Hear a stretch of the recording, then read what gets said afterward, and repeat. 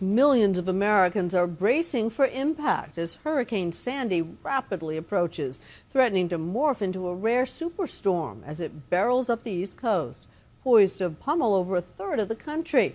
ABC's Ginger Z of our extreme weather team is on the ground in Florida with the latest.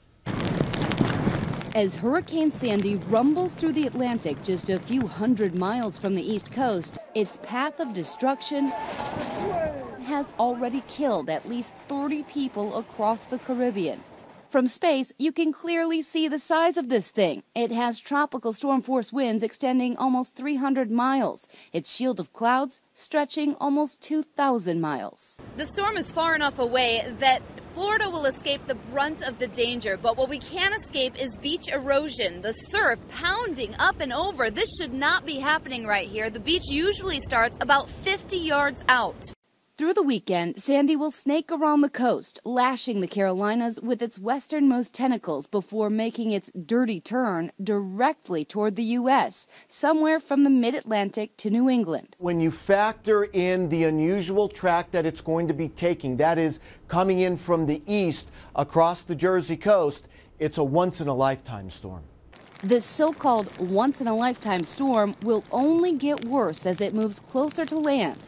By Monday, it will collide with energy high in the atmosphere that will pull in some cold air from the northwest. Now, adding to that perfect storm scenario, there's what we call a blocking pattern that shoves energy from the north back at the storm and back toward the United States. Here's what all of that means to you. The storm will carry hurricane-force winds, up to a foot of rain, and a potential storm surge that could top out at 10 feet.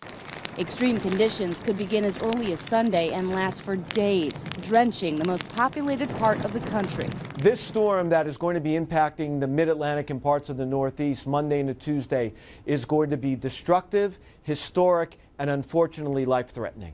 A state of emergency has already been declared in Maryland, D.C., Pennsylvania, New York, and Virginia. The biggest fear? The storm surge. In places like Atlantic City, it could get even worse because of a full moon and higher tides. People are battening down the hatches, preparing for the worst, up and down the eastern seaboard.